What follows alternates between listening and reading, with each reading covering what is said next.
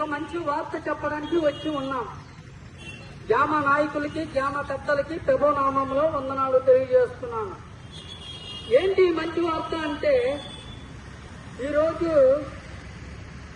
Good Friday శుభములు చెప్పడానికి వచ్చి ఉన్నాం.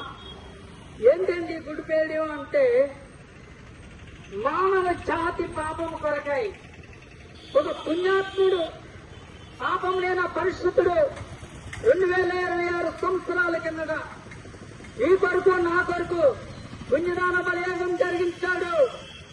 ఆయన పేరే నజరేయుడైన యేసు. లోకంలో జీవిస్తున్న ఈ మానవుల కొరకు పాడైపోయిన ఈ మానవ జాతిని బాగు చేయటానికే యేసుక్రీస్తు ప్రభుల వారు నీ కొరకు నా కొరకు రక్తం సిందించారు. ఎందుకయ్యా సిందించాలి? ఈయన ఆలోచన చేసినట్లయితే అన్ని వ్యాధులకి మందుంది. మానవుడికి పట్టి పీడిస్తున్న పాపానికి మందు లేదు.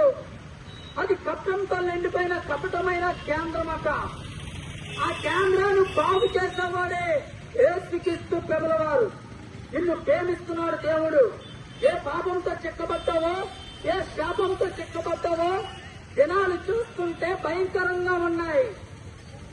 అనేకమైన హత్యలు జరుగుతున్నాయి, ఆత్మహత్యలు జరుగుతున్నాయి. ఎందుకు ఈ విధంగా జరుగుతుందో అంటే, మానవుడు యొక్క పాపం వెంటాడుతుంది.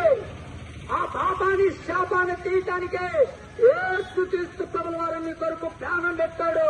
నీ కొరకు చనిపోయాడు. నీ కొరకు మృత్యుంజయుడై తిరిగి లేచిన దేవుడైన నీ కొరకు తలకు ముళ్ళుగెట్టు వేపించుకోండు. 2 చేతులకు 2 మేకులు, కాలు కోసం మేకు, పక్కన బలిపోవటం, 39 బండా డబ్బులు. ఇవి అన్ని ఎందుకు జరిగావి అంటే, మానవుడు యొక్క పాపమే. మానవుడు బతికించి ఆ పుణ్యలోకానికి తీసుకెళ్లాలని, ఆ పరలోక రాజ్యానికి తీసుకెళ్లాలని యేసుక్రీస్తు ప్రభుల వారు నీ కొరకు ప్రాణం పెట్టాడు. ఈ ప్రాణం పెట్టిన దేవుని నువ్వు ఒక్కసారి ఆలోచన చేయి.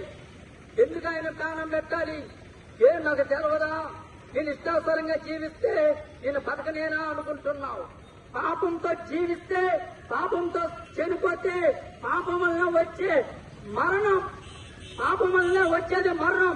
ఆ మరణం నువ్వు నరకానికి వెళ్ళకూడదని, పాతాళానికి వెళ్ళకూడదని, ఆ పుణ్యలోకానికి నువ్వు వెళ్ళాలని, ఆ పరలోక రాజ్యానికి నువ్వు వెళ్ళాలని యేసుక్రీస్తు ప్రభుల వారు నీ కొరకు ప్రాణం పెట్టే రోజు ఈ రోజు. ప్రాణం పెట్టాడు నీ కొరకు. నిన్ను ప్రేమిస్తున్నాడు. నువ్వెంత ఘోర పాపమైనా, నువ్వే బంటుకొమ్మలో ఉన్నా, ఏ పాపంతో ఉన్నా, శాపంతో ఉన్నా, ఏకైక దేవుడు, పాపం నుంచి విడిపించే దేవుడు యేసుక్రీస్తు ప్రభుల వారు. నిన్ను దేవుడు ప్రేమిస్తున్నాడు. ఈ దేవుణ్ణి ఒకసారి ఆలోచన చేయి. నీ హృదయంలో ఒకసారి ఆలోచన చేయాలని ప్రభునామంలో ఈ మాటలు ముగిస్తూ, మీ కుటుంబాలు, మీ వ్యాపారాలు, మీ పాడి పంటలను, మీ పిల్లలను, మీ కుటుంబాలను దేవుడు దీవించి ఆశీర్వదించును గాక. దేవుడి మాటలు దీవించును గాక. ఆమేన్.